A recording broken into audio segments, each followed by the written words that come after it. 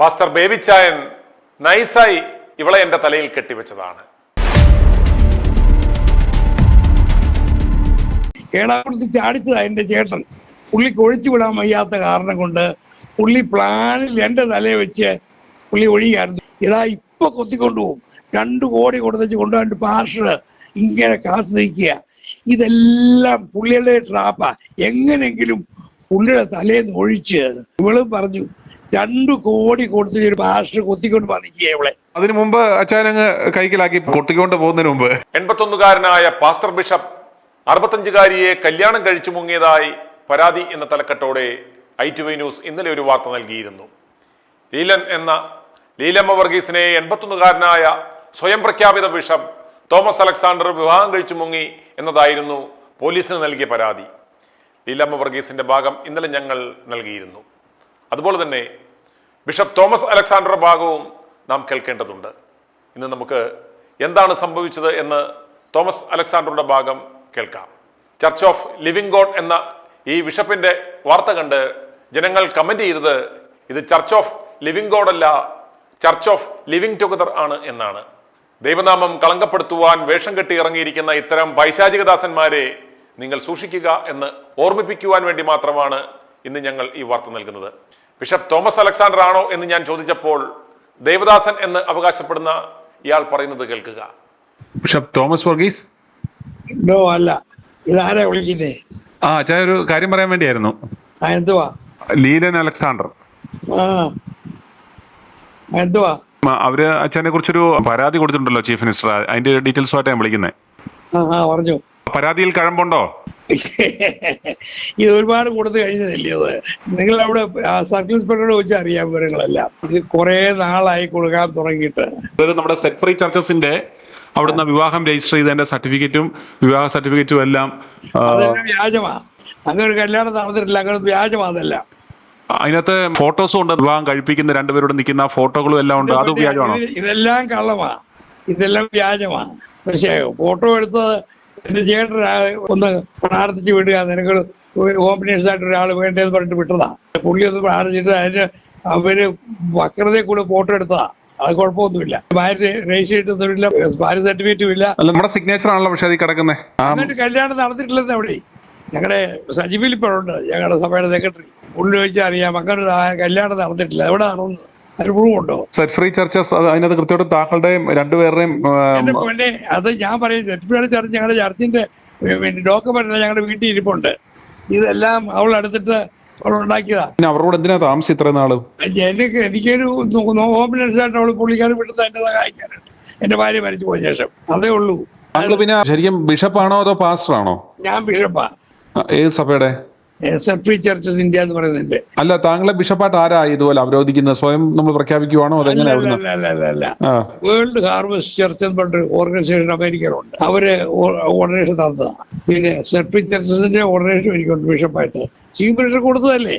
Chief minister കൊണ്ട് commissioner of police തൃശ്ശൂരിന് കൊടുത്തിട്ടുണ്ട്. ഇത് ഒത്തിരി കൊടുത്തതാ. ഇത് ഒരുപാട്. നിങ്ങളവിടെ പോലീസുമാരാണോ സർക്കിൾ ഇൻസ്പെക്ടറാണോ? ഞാൻ ITV ന്യൂസ് എന്നാ വിളിക്കുന്നത്. തിരുവനന്തപുരത്ത് ITV ന്യൂസ് എന്നാ വിളിക്കുന്നത്. ITV ന്യൂസ് എന്നാ വിളിക്കുന്നത്. ഞാൻ കാണാറുണ്ട് പ്രോഗ്രാംസ് ഒക്കെ. ഇന്റർവ്യൂ ആയിട്ട് തന്നു. അവരുടെ ഡീറ്റെയിൽസും ഡോക്യുമെന്റ്സും ഫോട്ടോസും എല്ലാം ഞങ്ങൾക്ക് തന്നു. താങ്കൾ ഇതുപോലെ അവരെ വിവാഹം കഴിച്ച് കബളിപ്പിച്ച് പോയി ഏതോ ഒരു ഗുണ്ടയുടെ കസ്റ്റഡിയിലാണ്, അവരുടെ കുടുംബത്തോടൊപ്പമാണ് താങ്കൾക്ക് താമസിക്കുന്നത്. നിങ്ങളെ പോലീസ് സ്റ്റേഷൻ വിളിച്ച് ചോദിച്ചാൽ അറിയാം. പോലീസ് സ്റ്റേഷനിൽ ഇതൊക്കെ വെറുതെ വ്യാജമായിട്ട് ഉണ്ടാക്കുന്ന കാര്യങ്ങളാ. ഭാര്യ രജിസ്റ്റർ ചെയ്യണ്ടേ ഗവൺമെന്റില്? ചെയ്തിട്ടുണ്ടോ? അതിന്റെ കാര്യങ്ങളെല്ലാം അവര് പറയുന്നുണ്ട്. ഈ സെറ്റ് ഫ്രീ ചർച്ചസിന്റെ അവർക്ക് ഈ ഡോക്യുമെന്റ്സും നിങ്ങളുടെ വിവാഹ രജിസ്റ്ററും ഷെഡ്യൂൾഡ് ഫോറോ സർട്ടിഫിക്കറ്റ്സ് ഒക്കെ അവർക്ക് എങ്ങനെ കിട്ടുക?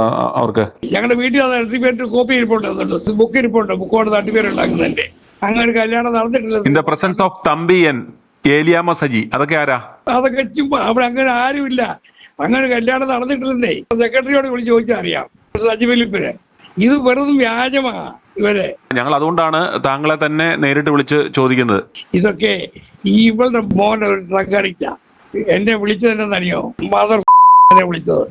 എന്റെ സ്വത്ത് അടിച്ച അവർക്ക് കൊടുക്കാനുള്ള താല്പര്യമാണ്. ഈ ഉണ്ടാന്ന് പറയുന്ന വ്യക്തി അവിടെ ആങ്ങളെയാ. ഇതെല്ലാം ഇവള് പറഞ്ഞുണ്ടാക്കുന്നതാ. എന്റെ നാണക്കെടുത്താൻ അവർക്ക് തിരിച്ചിരിക്കുക. ഇത് ഇവിടെ ഡ്രഗ് അഡിക്റ്റ് ആയ മോൻ, ആ മോൻ ഇവളെ തല്ലി കൈ ഓടിച്ചതാ. കൂടാതെ അവളെ താടിയെല്ലാം ഒടിഞ്ഞിരിക്കുക, അവൻ തൊഴിച്ചതാ. കുറെ നാളായി ഇവളും മോനും കൂടി എന്നെ നാണക്കെടുത്തുമ്പോൾ തുറയ്ക്കാൻ തുടങ്ങിയിട്ട്. അതിനാ നിങ്ങളെ അപ്രോച്ച് ചെയ്തിരിക്കുന്നത്. എന്തിനാ? ഒന്നും സാധിക്കാനില്ല, എന്നെ നാണക്കെടുത്തണം, അതേ ഉള്ളൂ പരിപാടി. അത് രണ്ട് സ്ഥലത്ത് തോമസ് അലക്സാണ്ടർ നീലൻ തമ്മിലുള്ള വിവാഹം 5/5/2025 തീയതിയിൽ നടന്നിട്ടുള്ളതാണ്. ഇക്കാര്യം എനിക്ക് നേരിട്ട് അറിവുള്ളതാണെന്നു ശ്യാമള മുരളീധരൻ ഇതിനാൽ രേഖപ്പെടുത്തുന്നു. Welfare standing committee Thrissur municipal കോർപ്പറേഷനിൽ ശ്യാമള മുരളീധരന്റെ സർട്ടിഫിക്കറ്റ്. അതൊക്കെ ഇതാക്കെല്ലാം വ്യാജമാണ്. എന്നിട്ട് അവരുടെ പേരിൽ എന്തുകൊണ്ട് നമ്മൾ ഇതുവരെ ഒരു പരാതി കൊടുത്തില്ല, നമ്മളെ ഇതുപോലെ കൊടുക്കാൻ നോക്കുന്നു എന്നും പറഞ്ഞ്? ഇവളുടെ ഉദ്ദേശം എന്ന് പറയുന്നത് കേരളത്തിലൊരു അഡ്രസ് ഇല്ല, 5 പൈസ വരുമാനമില്ല. ഈ എന്നെ ഞങ്ങളുടെ ചേട്ടൻ ചതിച്ചതാ. അതായത് ഇവളെ ഒഴിച്ചു വിടാനെന്ന് പുള്ളിക്കാരൻ ഒഴിച്ചു വിടാൻ വയ്യാതെ വന്നു. പുള്ളിയുടെ മോൻ പറഞ്ഞു ഇവളെ ഇറക്കണമെന്ന് പറഞ്ഞു. പുള്ളിയുടെ ഔട്ട് ഹൗസ് അവിടെ താമസിച്ചിട്ടുള്ളത്. ഞാൻ ചോദിക്കുന്നത് ഇത്രേ ഉള്ളൂ, നമ്മളെ ഇതുപോലെ ട്രാപ്പ് ചെയ്യാൻ ശ്രമിക്കുന്നു, അല്ലെങ്കിൽ നമ്മളെ ഇതുപോലെ ബുദ്ധിമുട്ടിക്കുന്നു പറഞ്ഞ് നമ്മൾ എന്നിട്ട് പോലീസിന് എന്തുകൊണ്ട് പരാതി കൊടുത്തില്ല? പോലീസിന് കംപ്ലൈന്റ് കൊടുത്തിട്ടുണ്ട്. സർക്കിൾ ഇൻസ്പെക്ടർ ഓൾറെഡി അവളെ വിളിച്ച് പറഞ്ഞു. സർക്കിൾ ഇൻസ്പെക്ടർ ഓൾറെഡി അവളെ വിളിച്ച് സംസാരിച്ചു. അവളെ ഉദ്ദേശം ഇതേ ഉള്ളൂ, എന്റെ സ്വത്തടിച്ച് ഈ ഡ്രഗ് അഡിക്റ്റ് മോന് കൊടുക്കണമെന്നുള്ള ഒറ്റ ഉള്ളൂ. എന്നെ നാണക്കെടുത്ത്, അതായത് എന്റെ ശുശ്രൂഷ നശിപ്പിക്കാനുള്ളതായ ഒറ്റ ചിന്ത അവക്കുള്ളൂ. അവക്ക് വേണ്ടത് ഞാൻ ഒഴിഞ്ഞു പോകുന്നതിന് സർക്കിൾ ഇൻസ്പെക്ടറോട് പറഞ്ഞു അവൾക്ക് വേണ്ടി കൊടുക്കണം, പോട്ടോ എന്ന് പറഞ്ഞു. ഓടി 10 കൊടുത്തേക്കാൻ പറഞ്ഞു. 10 ലക്ഷം കൊടുത്താൽ ഞാൻ നെഗോഷിയേറ്റ് ചെയ്യണമെന്ന് പറഞ്ഞു. നെഗോഷിയേറ്റ് ചെയ്യാനിരിക്കുക. ഇവളെ ഒരുപാട് കംപ്ലൈന്റ് പിണറായി വിജയന്, അവരുടെ DGPക്ക്, അങ്ങനെ ഒരുപാട് 6 കേസാ കൊടുത്തിരുന്നത് എനിക്കറിയാം. അവരെല്ലാം റിപ്പോർട്ട് എഴുതി ഇതെല്ലാം വ്യാജമാണ്, പോലീസ് എൻക്വയറി ചെയ്തിട്ട് റിപ്പോർട്ട് അയച്ചിട്ടുണ്ട് ഓൾറെഡി. അപ്പൊ ഇതൊന്നും നടക്കാൻ വന്നിട്ടാണ് നിങ്ങളെ അപ്രോച്ച് ചെയ്തിരിക്കുന്നത്. ഇതുകൊണ്ട് ഒറ്റ ഉദ്ദേശം, ഇവളൊന്നാമതെ ഗുണപ്പെട്ടതല്ല, രക്ഷിക്കപ്പെട്ടതല്ല. അങ്ങനെയുള്ളവരോട് ഇത്ര നാൾ എന്തിനാ നമ്മൾ താമസിച്ചത്? അതല്ലേ പ്രശ്നം. എന്റെ ചേട്ടൻ എന്ന് പറഞ്ഞത് വേവിച്ചാണ്ട് ചതിച്ചതാ. എന്നോട് പറഞ്ഞു മോനെ ചതി പറ്റിപ്പോയടാ, എനിക്കറിയത്തില്ല. എന്നാലും നിങ്ങൾ വലിയ രക്ഷിക്കപ്പെട്ടയാളും പാസ്റ്ററും ഒക്കെ ആയിട്ട് നിങ്ങളുടെ പ്രാർത്ഥനയിൽ അല്ലെ ദിവ്യദൃഷ്ടിയിൽ ഒന്നും പെട്ടില്ലേ ഇങ്ങനെയുള്ളവരാരെന്ന്? ഞാൻ അമേരിക്കയും ഭാര്യ മരിച്ച ശേഷം ഞാൻ അമേരിക്കയിൽ തിരിച്ചു വന്നു. ഇവിടെ വന്നു. ഇവിടെ വന്നു കഴിഞ്ഞ എന്റെ താങ്കളുടെ മക്കളൊക്കെ അമേരിക്കയിലുണ്ടോ? എല്ലാവരും അമേരിക്കയിൽ തന്നെയാണ്. അപ്പൊ അവരെന്നോട് ഇങ്ങനൊരു കാര്യം പറഞ്ഞു. ഇളയവൻ പറഞ്ഞു, ഡാഡി ഒരാഴ്ച കഴിഞ്ഞാൽ ഇവിടെ നിന്ന് അന്വേഷിച്ചിട്ടുള്ള ആരാന്നുള്ളവരും. അവർക്ക് ഓൾറെഡി ഇൻഫർമേഷൻ കിട്ടി ഇവിടെ മോൻ ഡ്രഗ് അഡിക്റ്റാ. ഇവളെ ആരും കയറ്റി താമസിപ്പിക്കുകയില്ല. തിരുവല്ലായി പലയിടത്തോളം താമസിച്ചു. ഈ മോന്റെ ശല്യം കാരണം അവരെല്ലാം കൈ ഒഴിഞ്ഞു. ലാസ്റ്റിൽ ആരാണ്ട് ചതിൽ കൊണ്ട് ഞങ്ങളുടെ ചേട്ടൻ്റെ ഒരു ഔട്ട് ഹൗസ് കൊണ്ടതാക്കി. അവിടെ ആയി കഴിഞ്ഞപ്പോൾ ആൾക്കാരെല്ലാം പറഞ്ഞു ഇവള് പ്രശ്നം ഉണ്ടാക്കും, വെച്ചാനും പ്രശ്നം ഉണ്ടാക്കും എന്ന് പറഞ്ഞ് പുള്ളി കൈ ഒഴിയാമെന്ന് മക്കളും എതിരായി ഇറക്കണമെന്ന് പറഞ്ഞു. അങ്ങനെ വന്നു കഴിഞ്ഞപ്പോൾ പുള്ളിക്കാരൻ പ്ലാനിൽ ഒഴിയാനായിട്ട് എൻ്റെ തലയിലോട്ട് മാറ്റിവെച്ചു. നിനക്കൊരു ഹോം മിനിസ്റ്ററായിട്ട് ഇരിക്കട്ട, നിനക്ക് പ്രായമായില്ലേ, നിന്നെ നോക്കാൻ ഒരാൾ വേണ്ടേ? എത്ര വയസ്സുണ്ട്? എനിക്ക് 81 വയസ്സുണ്ട്. എന്റെ മിനിസ്റ്ററുള്ളവർക്ക് എല്ലാവർക്കും എന്നെ അറിയാം. അമേരിക്കയിലുള്ള ബിഷപ്പുകൾക്ക് എല്ലാം എന്നെ അറിയാം. ഞാൻ അവരുമായിട്ട് എത്ര വർഷം ജീവിച്ചു വരാറുള്ളത്. അവർക്കെല്ലാം ഇവള് കത്തെഴുതി. ഇവളെ നാണക്കെടുത്താവുന്നിടത്ത് എല്ലായിടത്തും എഴുതി. ഒന്നും നടന്നില്ല. അതിനാണ് നിങ്ങളെ ഇപ്പം കൂട്ടുപിടിച്ചേക്കുന്നത്. നാട്ടിൽ പറച്ചിലുണ്ട്, തൂരിയോടെ ചാരിയോടെ ആർവെന്ന്. ഇത്രയും രക്ഷിക്കപ്പെട്ട എന്ന് പറയുന്ന അല്ലെങ്കിൽ ഒരു ദൈവദാസൻ എന്ന് പറഞ്ഞ താങ്കൾ പിന്നകത്ത് അങ്ങനെ ഈ തൂറിയോരെ ചുമക്കാൻ എന്തിനാ പോയെന്നാണ് എന്റെ ചോദ്യം. ഞാൻ അറിഞ്ഞില്ലെന്നേ. ഞാൻ അമേരിക്കയിൽ ഇങ്ങോട്ട് വന്നു. ഞങ്ങളുടെ ചേട്ടനെ ഒന്ന് വിസിറ്റ് ചെയ്യാൻ. ദൈവദാസന്മാർക്ക് ഇതൊക്കെ കാണാനുള്ള ഒരു ദിവ്യ ദൃഷ്ടിയും ഒരു ജ്ഞാനവും ഒരു അകക്കണ്ണും ഒക്കെ വേണ്ടേ എന്നൊക്കെ ആരായി പറഞ്ഞത്? ഞാൻ ചോദിക്കട്ടെ, നമ്മൾ ലോകം ചേട്ടത്തിൽ ജീവിക്കുന്നവരാ അല്ലേ? ഞാൻ അമേരിക്കയിൽ നിന്ന് ഇങ്ങോട്ട് വന്നു കഴിഞ്ഞ ഉടനെ ഞങ്ങളുടെ അമ്മാച്ചൻ ചേട്ടനെ ഒന്ന് വിസിറ്റ് ചെയ്യാൻ ചെന്ന് കസിന ചെന്ന് കഴിഞ്ഞ ഉടനെ പുള്ളിക്കാരൻ പറഞ്ഞടാ, ഇത് ഇവളും പറഞ്ഞു 2 കോടി കൊടുത്ത് ഒരു പാസ്റ്റർ കൊത്തിക്കൊണ്ട് വന്നിക്കുക ഇവളെ. അച്ഛൻ ഓർത്തു ലാഭക്കച്ചവടമാണെന്ന് ഓർത്തു. ഒന്നും കൊടുക്കാതെ ഇവരെ കൊണ്ടുപോയാലേ. അല്ല, ഞാൻ പറഞ്ഞത് ഒന്നും കൊടുക്കാനല്ല. അതായത് നോമിനേഷനായിട്ട് അവള് എന്റെ കൂടെ വന്നു. അത് കഴിഞ്ഞ ഉടനെ എന്റെ പുരയിടവും വീടും എല്ലാം കണ്ടു കഴിഞ്ഞപ്പോൾ ഇവന് വീടില്ല, അവൻ ടക്കടിച്ചല്ലേ, MBA കാരനവൻ. ചെന്നൈ ജോലിയാണല്ലോ. ചെന്നൈയിലാ. അപ്പൊ എന്നോട് പറഞ്ഞു ബാംഗ്ലൂർ ജോലി, എനിക്ക് പറഞ്ഞു ബോംബെയിലാ ജോലി എന്ന് പറഞ്ഞു. അത് കഴിഞ്ഞ് പറഞ്ഞു പൂനെയിലാ ജോലി എന്ന് പറഞ്ഞു. ഈ സ്ത്രീ പറയുന്ന മുഴുവൻ എന്നോട് പറഞ്ഞു സുവിശേഷ വേല കേട്ടുകൊണ്ടാണ് എനിക്ക് ചെറുപ്പത്തിലേ സുവിശേഷ വേലയ്ക്ക് താല്പര്യമായിരുന്നു, അതുകൊണ്ട് മാത്രമാണ് ഞാൻ വന്നത്, സുവിശേഷ വേല ചെയ്യണമെന്ന് ആഗ്രഹത്തിന് എന്നോട് വന്ന് അവള് പറഞ്ഞത്. ഇതെല്ലാം നിങ്ങൾ അന്വേഷിച്ച് നോക്കിയാൽ അറിയാം. ഇവള് പറയുന്ന മുഴുവൻ കള്ളമാണെന്നുള്ളവരും. നിങ്ങളൊരു കാര്യം ചെയ്യാം, ഇവിടെ ആങ്ങളെ കൊണ്ട് ഞാൻ അങ്ങോട്ട് വിളിപ്പിക്കാം. അവനെയായി ഇവള് ഉണ്ടാന്ന് പറയുന്നത്. അവരുടെ വീട്ടിലാണ് ഇപ്പൊ താമസം. ഈ ഗുണ്ട എന്ന് പറയുന്ന ആളാണ്. അവൻ കൂട്ടായിരുന്നല്ലോ, അവൻ ദൈവദാസനാ അവന്. ഇപ്പൊ ഞങ്ങൾ ചർച്ച പറഞ്ഞുകൊണ്ടിരിക്കുക ഇവിടെ നിന്നുള്ളത്. എവിടെ? ഈ തിരുവല്ലയില്. എവിടാ? തിരുവല്ലയില് എനിക്ക് എക്സാക്ട് ലൊക്കേഷന്റെ പേര് പറയാൻ എനിക്ക് അറിയത്തില്ല. അതായത് നമ്മുടെ കുന്നനാനത്തിനടുത്താ. അതുകൊണ്ട് വല്ലോ അവർക്ക് ഗുണം ഉണ്ടാകുന്നുണ്ടോ? അല്ല, നമ്മളതല്ലേ ഞങ്ങൾ ഉദ്ദേശിക്കുന്നത്. ഐ2 ന്യൂസ് ഇത് കൊടുക്കുന്ന കാരണം, അതായത് ഒരു ദൈവദാസൻ എന്ന് പറയുന്ന ഒരാൾ ഇത്രാമത്തെ വയസ്സിൽ, അതായത് മക്കളും കൊച്ചുമക്കളും ഒക്കെ ഉള്ള ഒരാൾ ഇതുപോലുള്ള ചെന്ന് ഏടാകൂടത്തിൽ ചെന്ന് ചാടുക, ഇതാണ് ഞങ്ങളെ സംബന്ധിച്ചിടത്തോളം വിഷയം. അല്ലാതെ അവരെ കെട്ടിയോ ഇല്ലയോ എന്നുള്ളതൊന്നും അല്ല. ഏടാകൂടത്തിൽ ചാടിച്ചതാ എന്റെ ചേട്ടൻ. പുള്ളിക്ക് ഒഴിച്ചു വിടാൻ വയ്യാത്ത കാരണം കൊണ്ട് പുള്ളി പ്ലാനിൽ എന്റെ തലയെ വെച്ച് പുള്ളി ഒഴിയായിരുന്നു. നിനക്ക് അല്ല, എന്നാലും നമുക്ക് ഇത്രയും എക്സ്പോഷറും ഇത്രയും ജ്ഞാനവും ഒക്കെ ഉള്ള നമ്മള് ഈ 81ാമത്തെ വയസ്സില് ഇതൊരു ട്രാപ്പാന്ന് മനസ്സിലാവുന്ന ഒരു വിവേകവലി നമുക്ക് ഉണ്ടാവണ്ടേ? ഇല്ല എന്റെ മക്കള് പറഞ്ഞു, ഡാഡി ഞങ്ങൾ തിരക്കട്ടെ. മക്കൾ അറിഞ്ഞില്ലേ ഇതുപോലൊരു ബന്ധത്തിലേക്ക് പോകുമ്പോ? മക്കളോട് പറഞ്ഞില്ലേ? ഞങ്ങൾ പറഞ്ഞു കഴിഞ്ഞപ്പോ അവര് പറഞ്ഞു ഞങ്ങൾ എൻക്വയറി ചെയ്യട്ടെന്ന് പറഞ്ഞു. ജയിച്ചാൽ സമ്മതിക്കുകയില്ല. ഇപ്പൊ തീരുമാനം എടുക്കണം. ഇപ്പൊ ഞാൻ പറഞ്ഞ അച്ഛാ, ഞാൻ അമേരിക്കയ്ക്ക് പോകാനായിട്ട് റിട്ടേൺ ടിക്കറ്റ് വന്നിരിക്കുക. ഈ മെയ് മാസം തിരിച്ചു പോകണം. പോയിട്ട് വന്നിട്ട് നമുക്ക് ഇതേപ്പറ്റി ചിന്തിക്കാം എന്ന് പറഞ്ഞു. പറ്റുകയില്ല, ഇവിടെ കൊണ്ടുപോകാൻ, കൊത്തിക്കൊണ്ടുപോകാൻ 2 കോടി കൊണ്ടുപോകാൻ ആൾക്കാരിങ്ങനെ നിൽക്കുക. അതിനു മുമ്പ് അച്ഛനങ്ങ് കൈക്കലാക്കി കൊട്ടിക്കൊണ്ട് പോകുന്നതിന് മുമ്പ്. അല്ല, അയാളുടെ ഭാഗ്യം. അയാള് 2 കോടി പോയിട്ട് അയാള് വേയിച്ചാൻ ജോലി 25 ലക്ഷം. അത് പറഞ്ഞു ഒരു പൈസ തരികയില്ല, എന്റെ കൂടെ ഒന്ന് താമസിക്കാം, എനിക്ക് ഒരു മോളുടെ കല്യാണം കഴിക്കാനുണ്ട്. എത്ര മക്കളാ ഉള്ളത്? എനിക്ക് 3 മക്കള്. US അവരൊക്കെ 2 പേര് ടെക്സസിൽ, ഒരാള് ഹവായിലുമാണ്. ഞാൻ ഒരിക്കലും ചിന്തിച്ചില്ല. ഞാൻ ആത്മാർത്ഥമായിട്ട് ഈ വേയിച്ചാനെ സ്നേഹിച്ചു. ഒരു ദിവാസനാണല്ലോ എന്നോർത്ത് ഞാൻ അദ്ദേഹത്തെ സ്നേഹിച്ചു. അപ്പൊ ഇയാൾ പറഞ്ഞത് നമ്മുടെ കുടുംബത്തിന്റെ ഒരു അസറ്റാണ്. അവളെ കൊത്തിക്കൊണ്ട് പോകും, നീ ഇപ്പം എടുത്തില്ലെങ്കിൽ അവള് നാളെ ഒറ്റ കൊണ്ടുപോകുന്നു പറഞ്ഞു. എന്തുകൊണ്ടാണ് ഇവരിൽ നിന്നും രക്ഷപ്പെടാൻ ശ്രമിച്ചത്? ഇവന് ഞാൻ മെസ്സേജുകൾ അയച്ചു തരാം. ഇവൻ പറഞ്ഞു വെട്ടി മുറുക്കി കത്തിക്കൂടാന്ന് പറഞ്ഞു. ബാസ്റ്റഡ്. എന്റെ ഇവിടെ മോൻ വിളിച്ചതാ ബാസ്റ്റഡ് മദർ. ഇത് ആയും പൂവും എല്ലാം കൂടി തെറ്റി അവൻ എന്റെ ചീത്ത വിളിച്ചു കൊല്ലുമെന്ന് പറഞ്ഞു. ഞാൻ റൂമർ കേൾക്കുന്നുണ്ട് അവന്റെ അപ്പനുണ്ട് സർജറി കഴിഞ്ഞ് ഹാർട്ട് സർജറി കഴിഞ്ഞ് കിടക്കുമ്പോൾ ഇവൻ അവരുടെ പുറത്ത് കയറി കിടന്നതാണ് അയാൾ ചത്തത്. അങ്ങനെ ഒരു ചരിത്രം കിടപ്പുണ്ട് ഇതിന്റെ പുറത്ത്. എനിക്ക് കൺഫേം ചെയ്യാനൊക്കത്തില്ല. വിറ്റ്നസ് ഉണ്ട്. പക്ഷേ അപ്പൊ വിറ്റ്നസ് ഉണ്ടായിട്ട് എന്തുകൊണ്ട് ഇതിന് പരാതി കൊടുത്തില്ല? പോലീസിൽ പരാതി കൊടുത്തില്ല? ഡോക്ടർമാർ സംശയം ഉണ്ടായിരുന്നു. അപ്പൊ ഡോക്ടർമാർ സംശയം വന്നാൽ സാധാരണ ഒരു പോസ്റ്റ്മോർട്ടം ചെയ്തിട്ടല്ലേ ബോഡി സംസ്കരിക്കും. അതായത് ഈ ഇവിടെ ആങ്ങളെ എന്ന് പറഞ്ഞ പുള്ളി ഒരു പൊളിറ്റീഷ്യനാ. അയാൾ പറഞ്ഞു അങ്ങനൊന്നും ഇല്ല ഡോക്ടർ എന്നാലും പറഞ്ഞു. അവർക്ക് സംശയമേ എന്നുള്ളത് ഐസു കിടക്കുന്ന ഒരാളിങ്ങനെ ഭരിക്കാൻ ഇടയില്ലോ എന്നുള്ള ചിന്താതി വെച്ച. അപ്പോ ഇവൻ എന്നെ കത്തിക്കത്തില്ലെന്ന് എന്താ കുത്തര മോന് രാത്രി 2:30 എന്റെ മോനെ വിളിച്ച് പറഞ്ഞു, ഡാഡി അവന്റെ മെസ്സേജ് വന്നിട്ടുണ്ട്, നിന്റെ മാതൃവാക്ക് തന്തയെ പിന്നെ വെട്ടുതുള്ളി കത്തിക്കപ്പെടാന്നൊക്കെ പറഞ്ഞ് അവന്റെ പേർ കത്ത് എഴുതിയിരുന്നുണ്ട്. ഇവൻ ഈ തള്ളയുടെ കൈ തല്ലി ഒടിച്ചോനാ, പോലീസുകാരെ അടിച്ച് ഇവന് പുറം പൊളിച്ചോനാ. ഇവൻ ഡ്രഗ് അഡിക്റ്റാ. പിന്നെ ബാംഗ്ലൂരിൽ കിടന്ന് ഓട്ടോറിക്ഷന്മാരെ പൊതുവെ തല്ലിയതാ. എന്നിട്ട് 36 വയസ്സുള്ള എന്നോട് പറഞ്ഞ്, നിന്നെ ഞാൻ താഴത്തച്ഛന്റെ കൊച്ചുമോനാളാ, റോബർട്ടിന്റെ മോനാളാ, നിന്നെ ഞാൻ കുച്ചുരുട്ടി കുത്തിവെച്ചേ പോകത്തുള്ളത്. എന്റെ ഗേറ്റ് ഞാൻ പറഞ്ഞു എന്റെ വീട്ടിൽ കയറി പോയത് പറഞ്ഞു ഇറക്കി വിട്ടത് ഞാൻ വരുന്നുണ്ട്. അവനെ കേട്ടതെന്ന് പേച്ചാൻ പ്രത്യേകം അവളോട് പറഞ്ഞു അവനുമായിട്ട് യാതൊരു ബന്ധം വെക്കാൻ പാടില്ലെന്ന്. ഇവൾ അവനുമായിട്ട് ബന്ധം വെച്ച് എന്റെ സ്വത്തുക്കൾ കണ്ടു കഴിഞ്ഞപ്പോൾ, ഈ നാട്ടിലെ ഒരു ട്രെൻഡാണല്ലോ, എന്റെ സ്വത്തുക്കൾ കണ്ടു കഴിഞ്ഞപ്പോൾ എന്റെ ഭാര്യയെ ഞാനിവിടെ കഷ്ടപ്പെട്ടുണ്ടാക്കിയതാണ്, അത് എന്റെ മക്കൾ കൊടുക്കേണ്ടതല്ലേ എന്നുള്ളത്. ഈ ഡ്രഗ് അഡിക്റ്റ് കൊടുക്കേണ്ട കാര്യം ഉണ്ടോന്നുണ്ട്. അപ്പൊ ഇങ്ങനെയുള്ളതായ കാര്യങ്ങളാണ് ഇതിന്റെ അകത്ത്. ഏതായാലും നിങ്ങളതിനെ വിളിച്ച് നന്നായി. ഡ്രൈവറെ കൊണ്ട് ഈ നമ്പർ ഒന്ന് കൊടുത്ത് നിങ്ങളെ ഒന്ന് വിളിപ്പിക്കുക. ഇപ്പോഴ് ഉള്ള സത്യമായിക്ക് അറിയാം. ഇവിടെ കുടുംബത്തിൽപ്പെട്ടതല്ലേ, ഇവിടെ അപ്പാപ്പന്റെ മോനല്ലേ ഇവിടെ. എന്നെ കാട്ടി കൂടുതൽ ഇവിടെ വരങ്ങൾ അവനറിയാം. എന്നിട്ട് അവനെ തല്ലി എടുത്തിട്ട് അവന്റെ മോന്തയ്ക്കിട്ട് അടിച്ചു. അവനെന്റെ ഡ്രൈവറായിട്ട് ഞാനവനെ കൊണ്ടുപോയതാ. പക്ഷേ ഒരുപാട് അവനെ ഉപദ്രവിച്ചു. ഇപ്പോഴും ഇവിടെ സ്വഭാവം എന്ന് പറയുന്നത് നാണക്കെടുത്താനായിട്ട് ലോകത്തുള്ളവർക്ക് എല്ലാവർക്കും പിന്നെ മെസ്സേജ് അയക്കുക. അവിടെ ജോലി മെസ്സേജ് അയച്ചുകൊണ്ടേ ഇരിക്കുക. ആര് ഈ ചെറുക്കനെ അവൾ എന്നോട് പറയാ, അവനെ ഇച്ചിരി പൈസ കൊടുത്താൽ മതി, അവൻ ചീത്ത വിളിക്കത്തില്ലെന്ന്. ഈ പൈസ കൊടുത്തില്ലെങ്കിൽ അവൻ ചീത്ത വിളിക്കും.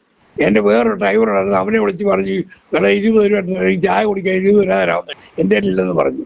അവനെ പൂരാതെ വിളിച്ചു. ആരും കാശ് ചോദിച്ചു കൊടുത്തില്ലയോ. ഇവനെ എല്ലാവരും ബ്ലോക്ക് ചെയ്തിട്ടേക്ക്, ഇവളെ കംപ്ലീറ്റ് ഫാമിലിക്കാർ ബ്ലോക്ക് ചെയ്തിട്ടേക്കായിരുന്നു. ഞങ്ങളുടെ സർക്കിൾ ഇൻസ്പെക്ടർ പറഞ്ഞായിരുന്നു, ഇവള് പിന്നെ ഈ ന്യൂസ് മീഡിയ കേടി നിങ്ങളെ നശിപ്പിക്കാനുള്ള നോക്കുവോളൂ എന്ന് പറഞ്ഞാലും പറഞ്ഞു. അപ്പോൾ സബ് ഇൻസ്പെക്ടർ കഴിഞ്ഞ ആഴ്ച അവിടെ പോയി സംസാരിച്ചപ്പോൾ എന്നോട് പറഞ്ഞു അവള് ഒന്നിനോടൊന്നും ബന്ധമില്ലാത്ത കാര്യങ്ങളാണ് പറയുന്നത്. അപ്പോൾ ഒരുപാട് കാര്യങ്ങൾ പുള്ളിക്കാരൻ പറഞ്ഞു നിങ്ങൾ എവിടെ കൊടുത്താലും ഞങ്ങൾ എൻക്വയറി ചെയ്യുന്നത്.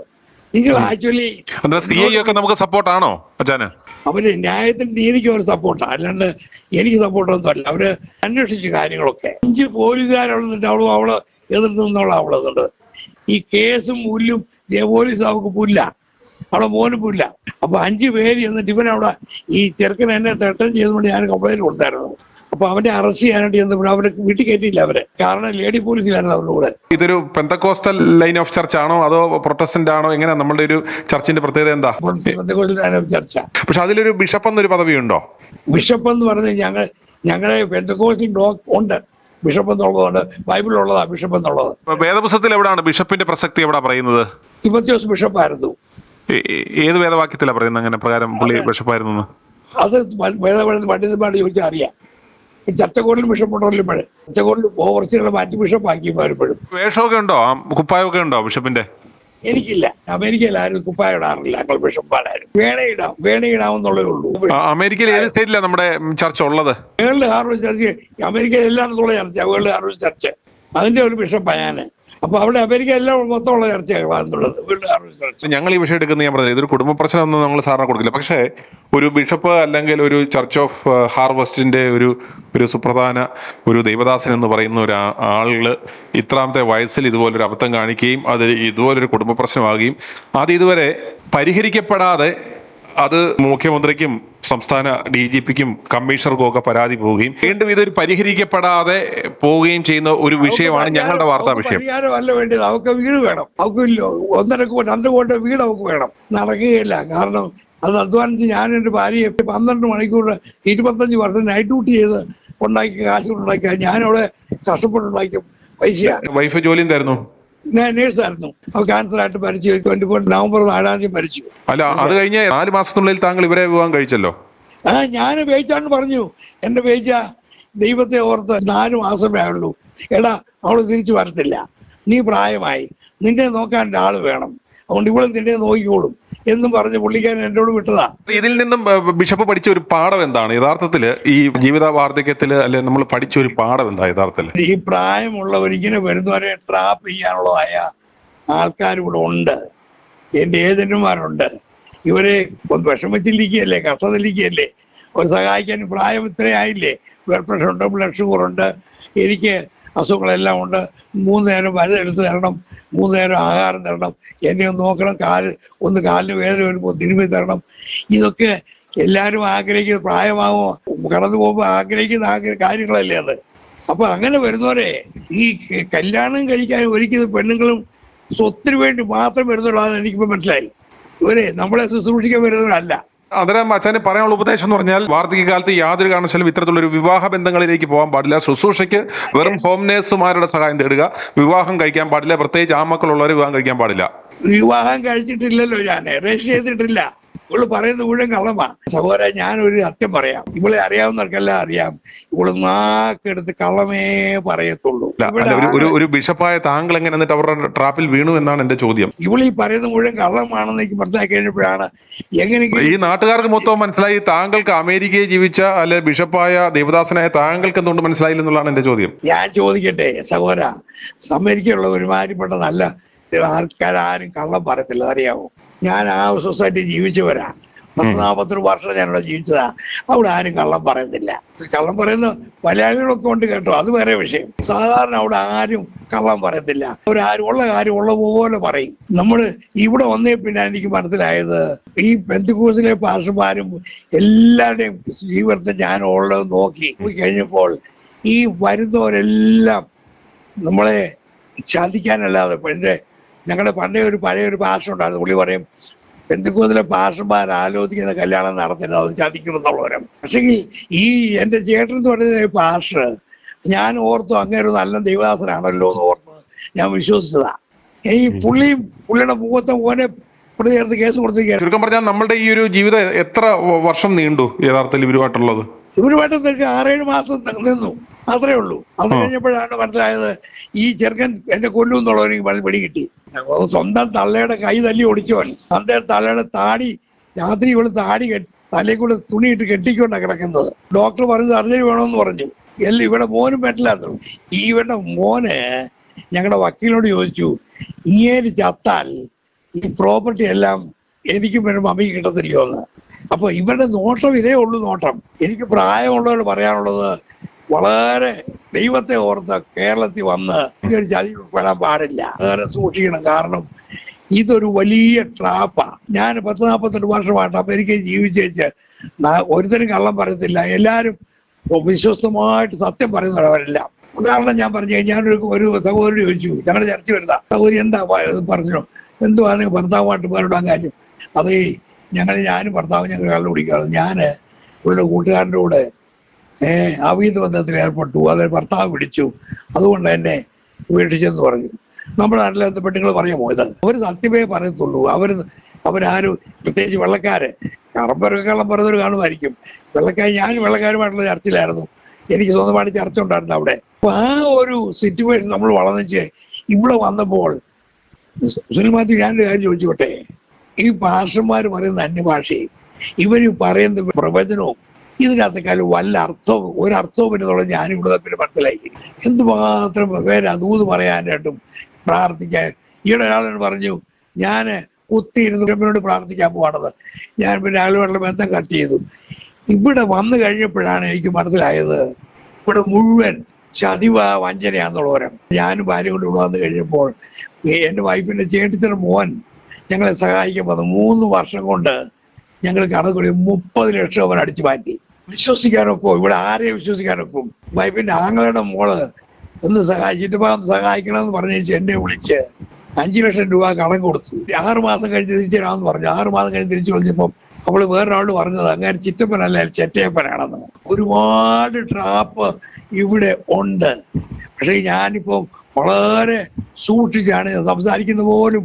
എന്റെ പ്രതിയടുത്ത് വേറൊരാൾ കേസ് കൊടുത്തിരിക്കുന്നത് അറിയാമോ? അവനാണ് ഇവിടെ അഡ്വൈസർ KV മോനിസ് എന്ന് പറയുന്ന ഒരു വ്യക്തി എന്നെ പ്രതിയടുത്ത് കേസ് കൊടുത്തിരിക്കുക. കാരണം ഞാൻ അവന് മാസം 25,000 രൂപ ശമ്പളം കൊടുക്കാമെന്നും അവന്റെ ഭാര്യയ്ക്ക് 15,000 രൂപ ശമ്പളം കൊടുക്കാമെന്നും പറഞ്ഞുകൊണ്ട് അവനോട് വാക്ക് പറഞ്ഞ് അവനെ ബ്രിട്ടീഷ് എംബസിയിൽ നിന്ന് ജോലി രാജിവെപ്പിച്ച് ഞാൻ സൂയിസൈഡ് നോട്ടിൽ ഇറക്കുന്ന കേസ് കൊടുത്തേക്കുന്നത്.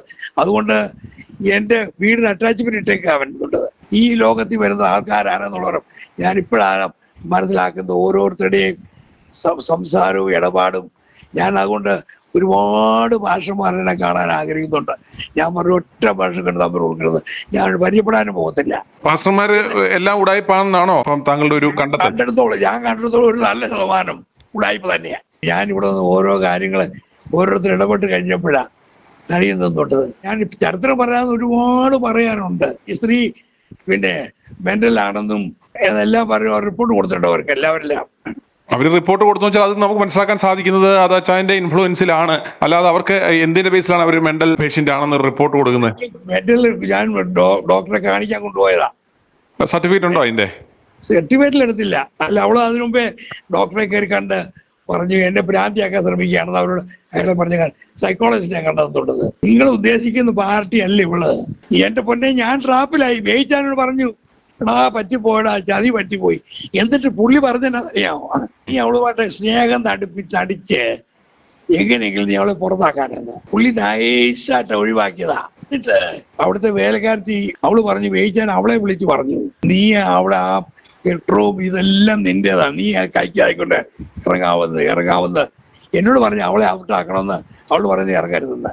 അപ്പൊ ഈ മനുഷ്യൻ 89 വയസ്സുണ്ടെന്ന് പുള്ളി ക്ലെയിം ചെയ്യുന്നു. പുള്ളിയുടെ മകൻ വന്ന് പറഞ്ഞു, ഡാഡി ഇവളെ കണ്ടിട്ട് തോന്നല്ലോ, ഇവളെ എത്ര പേര് ഇറക്കണം പറഞ്ഞു. പുള്ളിയുടെ ഡ്രൈവർ ഒരു പാസ്റ്റർ ഉണ്ട്. ആ പാസ്റ്റർ പറഞ്ഞു, വേയിച്ചാ ഇവളെ ഇറക്കണം, ഇവളെ വേയിച്ചാൻ ദോഷം ചെയ്യും, ഇവളെ ഇറക്കിയിട്ടില്ലെങ്കിൽ വേയിച്ചാൻ ഭാവി ദോഷമായിരിക്കും എന്ന് പറഞ്ഞു. എല്ലാരും പറഞ്ഞു. അങ്ങനെ വന്നപ്പോ പുള്ളിക്ക് ഇവളെ ഒഴിവാക്കിയാൽ ഇന്ന് ഞാൻ അനുഭവിക്കുന്നതായ കഷ്ടം വേയിച്ചാൻ അനുഭവിക്കേണ്ടതെന്ന് തന്നെ വരുന്നു. കാരണം ഇവള് നെടുക കംപ്ലൈന്റ് എഴുതുന്നു പുള്ളിയുടെ പേർക്ക്. അവൾ എന്റെ പേർക്ക് കത്തെഴുതിയിട്ടുണ്ട്, നിങ്ങൾ എന്നെ ഉപയോഗിക്കായിരുന്നു പറഞ്ഞു. അപ്പൊ പുള്ളിയുമായിട്ടും പിന്നെ ഇതായിരുന്നു കൊണ്ട് അവള് എഴുതിയ കത്തന്റെ എന്റെ ഇരിപ്പുണ്ട്, വേറെ കാഴ്ച കൊടുത്താത്തുള്ളത്. ഇപ്പൊ 81 വയസ്സുണ്ട്. നമ്മുടെ മക്കള്, അതായത് വിദേശ രാജ്യങ്ങളിൽ നല്ല നിലയിൽ ജീവിക്കുന്ന നമ്മുടെ മക്കൾ ഇതൊക്കെ അറിയുമ്പോൾ ഒരു നാണക്കേടാവുന്ന പോലും നമ്മൾ ഒരു ഘട്ടത്തിൽ പോലും ഓർത്തില്ലേ? എന്റെ ഇളയ മോൻ പറഞ്ഞു, ഡാഡി ഒരാഴ്ച വന്നിട്ട് ലേറ്റ് ഞാന് അന്വേഷിച്ചുകൊണ്ടിരിക്കുക എന്റെ മോളെ പറ്റി. അപ്പൊ അന്വേഷിച്ചപ്പോ ഇവന്റെ മോളിന് ഡ്രൈ കാട്ടിയാന്നുള്ള അറിഞ്ഞു. ഈ ബേബിച്ചാൻ പറഞ്ഞു പറ്റിയില്ല, ഇടാ ഇപ്പൊ കൊത്തിക്കൊണ്ടുപോകും, 2 കോടി കൊടുത്തു കൊണ്ടുപോകാൻ പാസ്റ്റർ ഇങ്ങനെ കാത്തു നിൽക്കുക. ഇതെല്ലാം പുള്ളിയുടെ ട്രാപ്പാ.